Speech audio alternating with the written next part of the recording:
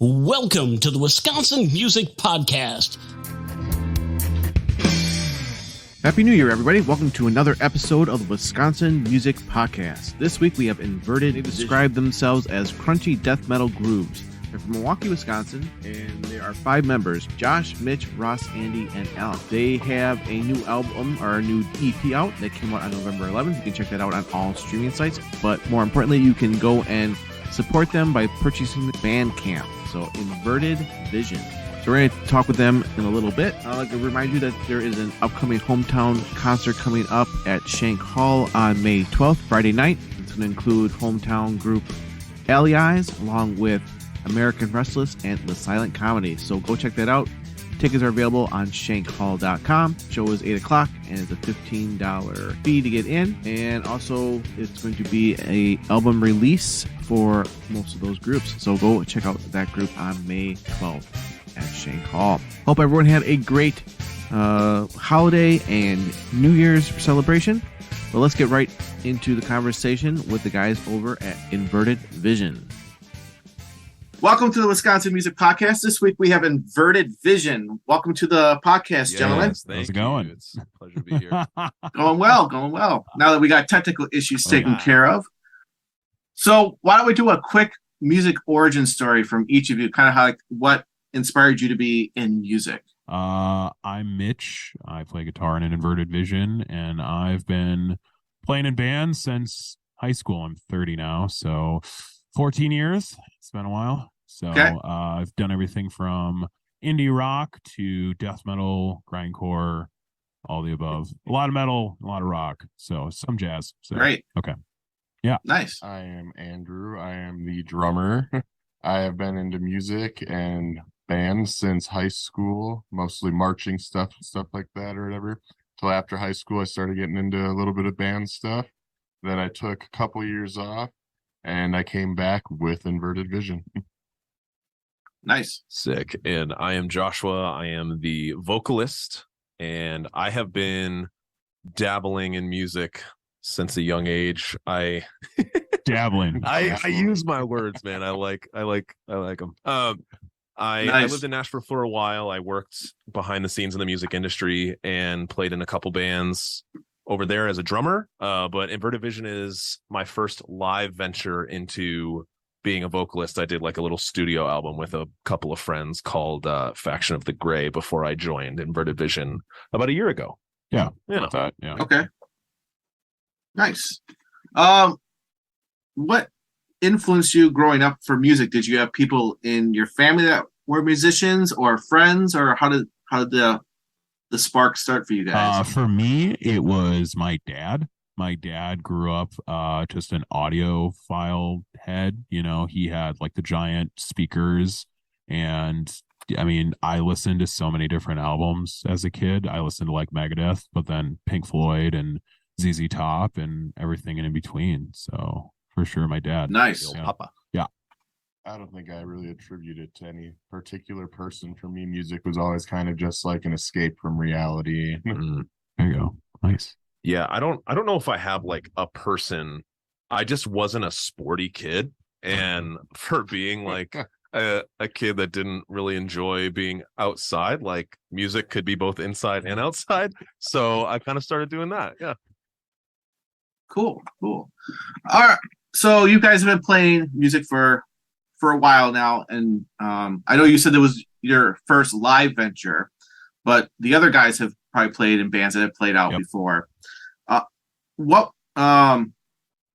do you see as like a positive in the music scene, the local music scene, and some of the things that you think are struggling that need some help? I've lived in Milwaukee for 8 years. I grew up in Racine. And I've noticed that Milwaukee is very DIY, which is good and bad. It's good because it brings bands together. Unfortunately, there's also cliques within the community, specifically like I've noticed in the hardcore community. It's really tough to break into that unless you know people.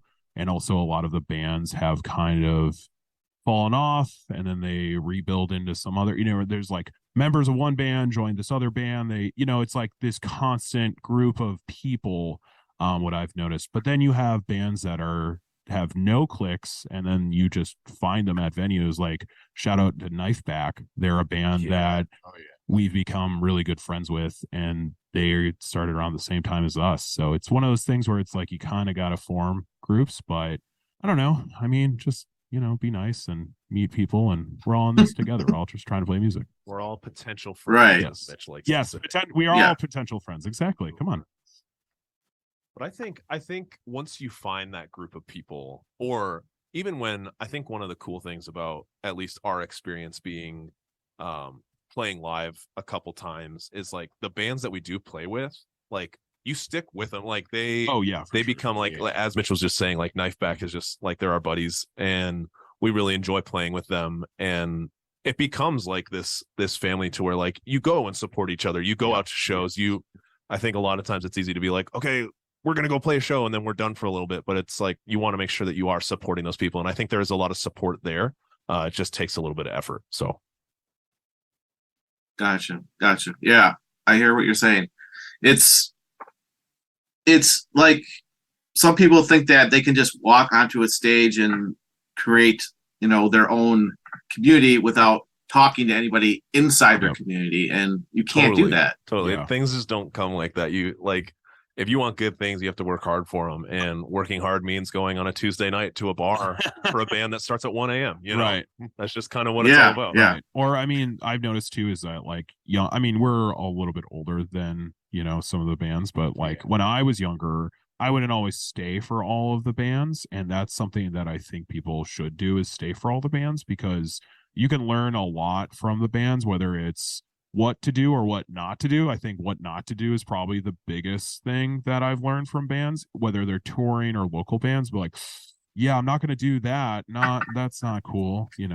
You learn those lessons real quick. Yeah. Show up early, stay late. Yeah. Be a good person. Talk to the venue owners, tip your bartender. And if you can, man, like if you like the band, like get something. Yeah, buy some merch. It's huge. Yeah, we try to do that. We try to buy something from the merch table, whether it's stickers or t-shirts, and support them, because we want the same thing, and we're all just trying to do this together. Put out in the world what you want to get from it. Right. Yeah, exactly. And with that kind of mindset, what would you, of all the things that we've kind of talked about, what would be like the main thing that you would want to do to help focus the music community? I would say egos are a huge thing in the Milwaukee metal scene that I've noticed. It's, again, just the toxicity of like egos and people thinking they're like, hot stuff because they've been in the scene for so long and they can get away with stuff. Like, no, man, like you can't, go on Facebook and like talk a lot of smack about, whoever. And it's like, people are going to know about that, or, just don't be not a nice person. A little goober, But in reality, I would also say like there's other venues out there, like Rockstar Saloon's been really good to us. Shout out to Rockstar. We started at Orson Saloon. Like there's a lot of small bars that are just trying to, have some live music, and it's like, yeah, man, like support those places. It's not just the Rave or Cactus Club or X-Ray. Those places are great too, but there's like other names out there as well. Right, exactly. I mean, if you go down to Nashville, for example, there's Music Row, basically. You can go from one bar to the next, and it's gonna be something completely different vibe, but everybody's supporting everybody. And that's I think the biggest thing. But the bridal parties, those are consistent through each bar. You'll find them in every single one. I mean, it is what the Bachelor and Bachelorette capital, right? Yeah. Yeah, Yes, for sure. we love it. I worked at a Panera Bread on Broadway down in Nashville. That was a trip. Oh, I'm sure. Yeah. Let's talk a little bit about some music that you guys are working on. I think you guys have an album out, right? We have a single right now called The Table, single out. And the album is coming very soon. Our bassist is actually the one that's doing most of the mixing, all of the mixing, Alex, and he has like a soft goal to get it done by like mid-October, which is great. And we have like a short little run in November, and we're hoping to have the CD ready to go by then. Yeah. Yep. Gotcha. So if he's mixing it right now, are you saying that everything is recorded? Yes, and ready? everything is recorded. Yes, we are not making any more changes. As of last week, I think. As of last week. I tracked the last oh my god line Yeah, no, it was yesterday. Yeah, it was yesterday. Could be lost. Oh, Yeah, DIY. Yeah. So that's another thing, is that we're trying to DIY everything, but we are Everything in-house. We are gonna have somebody master our stuff, because we at least need another set of ears to make sure that we're doing it right. Okay. Totally. Yeah, I think mystery room, mystery room, where we send our stuff to. Madison. Yeah. Okay. Mystery Room. Yep. Justin is an excellent mastering engineer. He mastered the table. Yep. Single. He mastered a single. He's so cool. Yeah. So nice too. So let's talk about the recording process. I know you guys just got done saying it's DIY, and a lot of bands do that because, recording studios are, especially in this area, are far and wide, and they're expensive. 100%.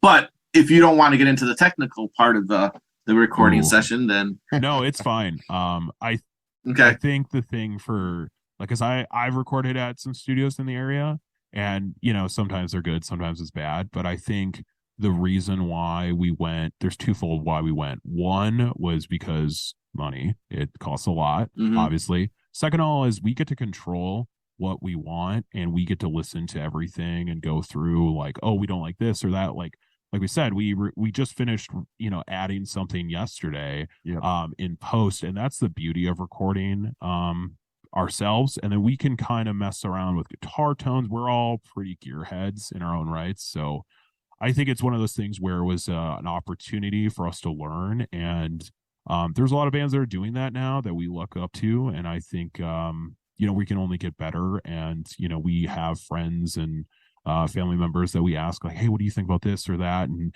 try to get as much info as possible, but then also relying on ourselves. And we have a lot of discussions every day about the recording process. Yeah, I mean, the process is longer for sure, but I feel like we're also indecisive too. We're just like, let's try this one thing. Yeah, we'll have all these different takes, and then we finally get to be this, like, we get to come to this conclusion, like, all right, this is the final one. Like, let's like decide this is the one we want to go with, and usually that's the best one, and nothing's ever, I know, like, as a creative and as like a creator musician, everything, like, there's never going to be like, all right, this is the final take. There's always going to be a tweak, but it's nice to be able to make those little tweaks until we get closer to that just about final. We have to we abandon the project. I think U2 does that. They never stop recording. They just abandon projects, because if not, we can go on forever. But totally. I think it's always been about the songs for us. So it's like, how do we make the best song? And that's the thing, is like, if I bring an idea and it's not as good as like what Ross brings in, or Alex or Andy or Josh, like,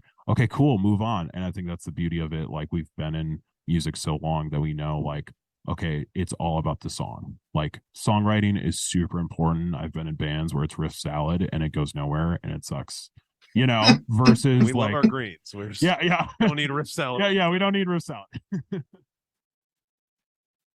And talking about songwriting, since it's something that you guys are really, really focused on, what do you feel encompasses what you're trying to say with your music? Is it a main subject, or is it multiple subjects?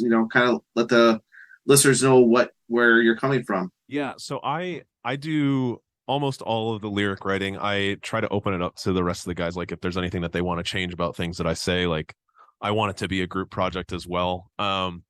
I can get pretty passionate about a couple things. Like, a lot of the songs on this EP are either about religion, or, I mean, go figure, right? Metal talking about religion. Cliche. Yeah, right. No.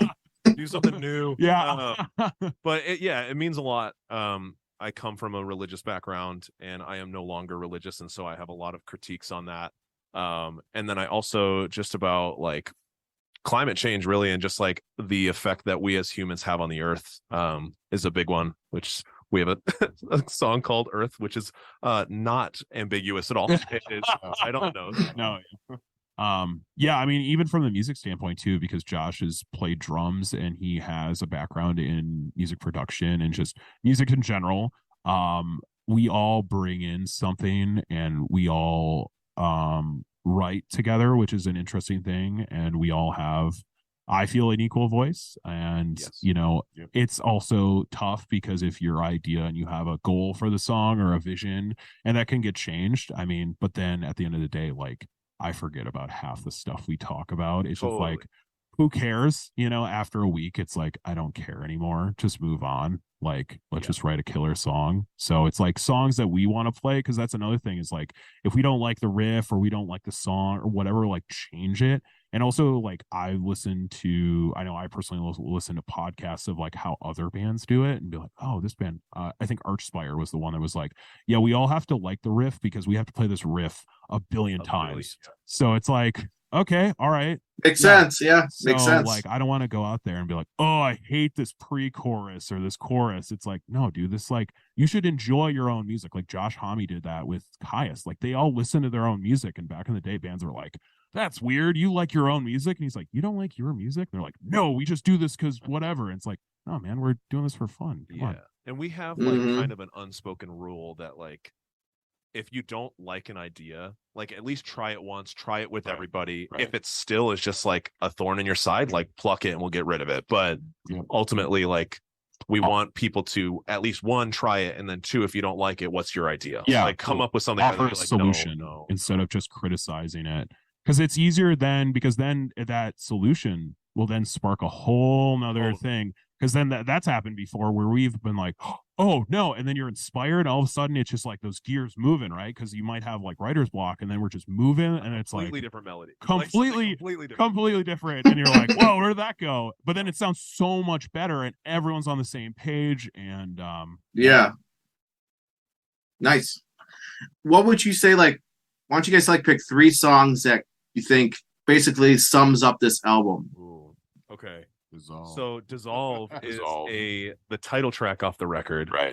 It's a 6-song EP, 6 songs EP. Yeah. Dissolve is the title track. Dissolve is just my outlet for being a nihilist and like things just not meaning anything to me, which is pretty new in my life. And so I've just been exploring that idea about how we all, and I'm a huge Donnie Darko fan, and one of the quotes from that movie is every living thing will die alone. And like, I know that's super like depressing, but no, it's super metal. It's super real. And I wanted to like kind of reflect on that. So I would say Dissolve is our title track. I think that's going to be the main one that I want people to really listen to.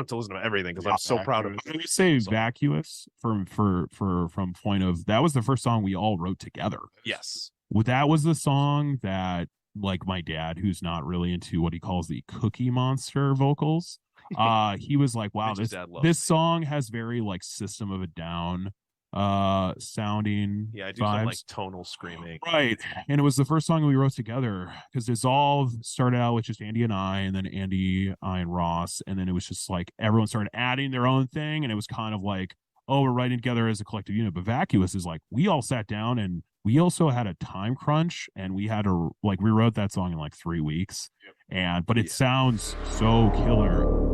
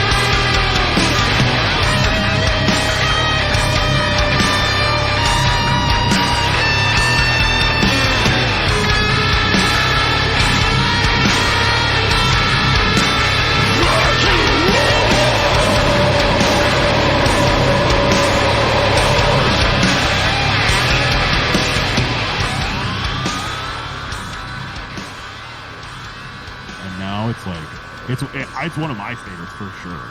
Yep. And then I would say Ivory is Ivory's Ivory Halls is pretty sick. Yeah. Also not a very ambiguous term for like critique. Finally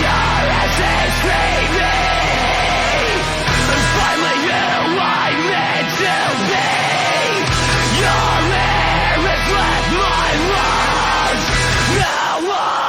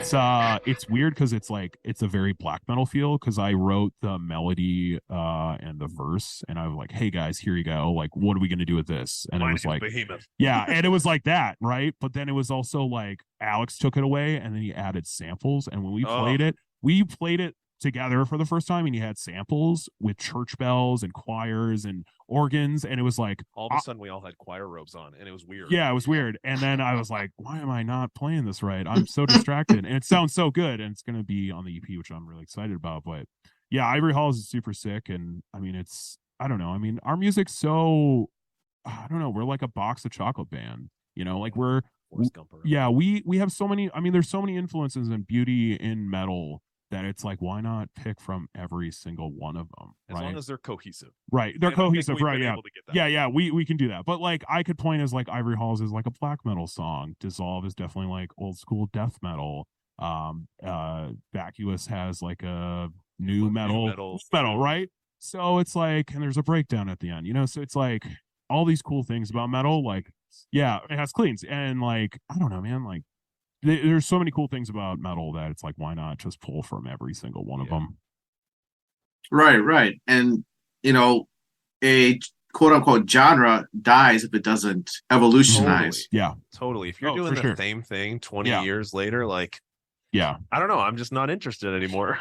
I mean, that's the hard thing too, is when bands they do one thing and then they try to experiment. It's like, no, just keep on experimenting, like have those experimental albums. And like, I think that's cool when prog bands, you know, quote unquote prog bands do that. Like Rush had that, you know, they were like a rock band and then they did the weird 80s like synth thing. And then they kind of went back, you know. Led Zeppelin is like notorious for all the different, I mean, like, dude, you got like reggae, rock and roll, blues, acoustic, like they did everything, Aerosmith, whoever. And that's the beauty, I think, that of our band is we can relate to all of these types of things. So yeah, because we all love such different types of metal too. I know you touched on that, Mitch. Like, we all have our own favorite genres. Oh yeah, for sure. That and like sprinkle it on top. Right. And that's great because then you're pulling from different, you know, genres and your influences, and it creates a little bit of a different flavor to what you're doing. Definitely, for sure. And with this EP coming out, have you guys been out playing these songs live yet? Yeah. So that's another thing that I've heard bands say. They wish they could play the new songs live. So like comedians will do that. They'll go and like riff on ideas in small clubs and they'll kind of get their act and figure it out. And then they'll go and do a stadium and it's super tight. Like for us, I've noticed that we only play small clubs. Yeah. But... I mean, yeah.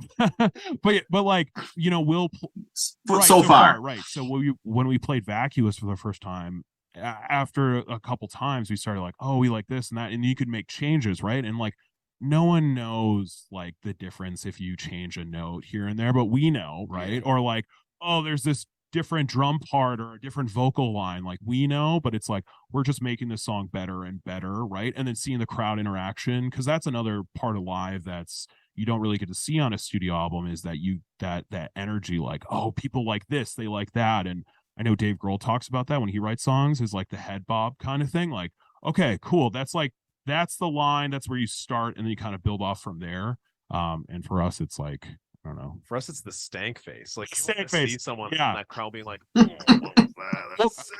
Because you want to win that person over that's in the back, folded their arms, and they want to see Behemoth. You want that guy to at least be like, okay, cool. Yeah, like pick up one of our free stickers. Like you could take a free sticker. Right. Or if they're just bobbing their head, like people don't have to mosh, but if they do, it's awesome. But if they're just bobbing their head, that's somebody. Like I remember we played Bremen and this guy grabbed a poster and a sticker and he was talking to his friend, and I was like, hey man, how's it going? They're like, oh, we caught like the end of your set and it was really good. And it was like, oh man, they're like, yeah, we just popped in, we heard metal, and you guys are awesome. And it was like, oh, cool, that's awesome. Like, okay, very cool. So got a fan for life. I hope so. Yeah, I hope so. Yeah. And then with doing all, you know, playing these gigs, recording this album, is this like your full-time thing, or do you guys have day jobs? And if so, then do you have like a work-life balance that's difficult, or is it a good control? I would say that we have a pretty good. I have a pretty good like balance. We practice 2 to 3 times a week. Yeah. Usually it's 3 times as we're coming up to a show, just to make sure we're tight. It's pretty much 3 times a week. Yeah. For me, it's 2 times a week. Yeah. That's my work-life balance. I can only do 2. I have a full-time job. Action practices 3 Yeah. times a week, we'll say. Yeah. I was until I was going to classes. Yeah. But now that I'm out of school. But yeah, I mean, I think it's for us, it's the structure too of our practices. So we'll, especially when we have shows coming up, we'll run through the set, right? So then we'll start way early and we'll start practicing the set, run it through. If there's any issues, go through them. We'll write. And I was told by Patrick from H1Z1 when I was telling him about our practices, he was the one that was like, dude, you guys should totally break up your practices on this and that. And so far, like we've been doing that, loosely to our own accord. And it's been really going really well. Cause I feel like every time we play a show, we're pretty ready. We're not rusty. We're not freaking out. I mean, it also helps that we practice at home too, but yeah. Work-life balance. I mean, my fiance knows Sundays are practice, Wednesdays are practice, Fridays are practice. Like she knows. She tells everyone, all my family members, even my immediate family is like, oh yeah, Mitch, he's practicing on Sundays, so from this time to this time, so all of his family members sound like that too. Yeah, exactly. They all sound like that. So Yeah, that's good. yeah, but I think eventually, I mean, we all work full time or have a full time job of some sort, and then so yeah, I mean, it's tough, but I mean that's what you got to do. You're in a working band, and eventually it'll pay the bills, but we just got to put in the grind. Yeah, hopefully. Right.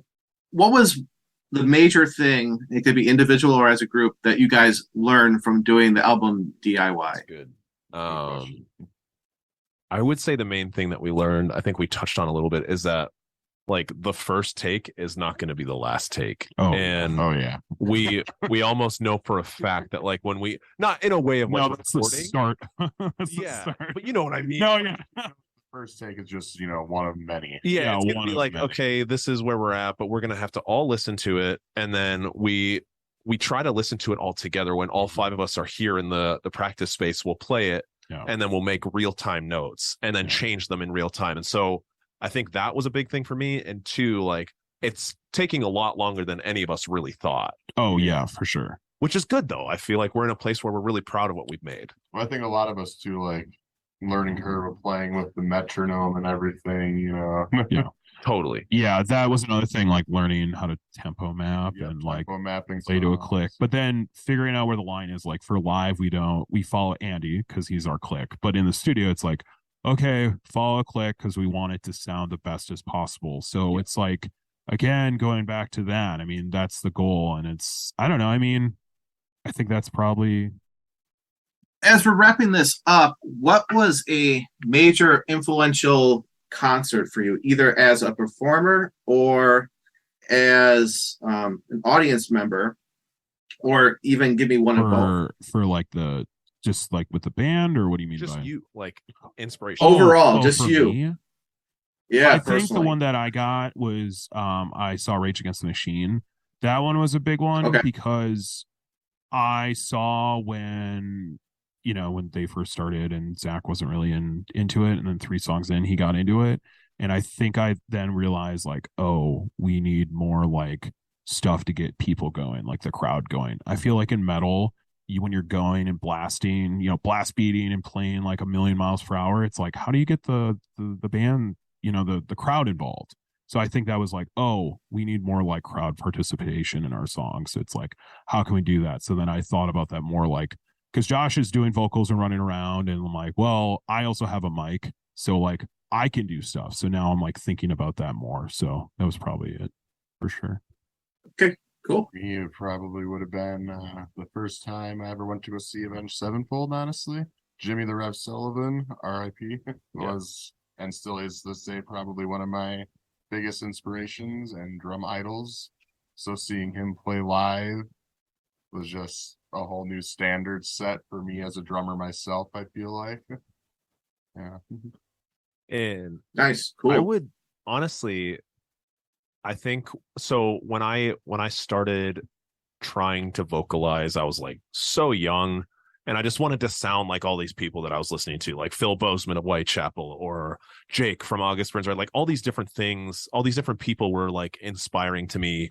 And so like I've seen both of those bands live and they're great. I think ultimately now that I've played on stage a couple times and like I've been trying to like fit into who I'm going to be on stage, even before our first show, I was practicing before the show with my partner in the car, in the car, or like yeah, even like at home. And I like, how do I want to look on stage? How do I want to feel on stage? And I put in like a lot of work, and like the vocalist that I look up to both vocally and stage presence wise is this guy named Darius from Spite. And he's just like all over the place. He's got like long hair like me. I'm just like, okay, you can do that and not like choke on your own hair. Great. And he like runs all around. He has all this energy and he's just like super engaging. And I actually just saw Spite for the first time on Wednesday this past week at the rave, and just seeing him live and seeing that happen, like he was the video that I showed my partner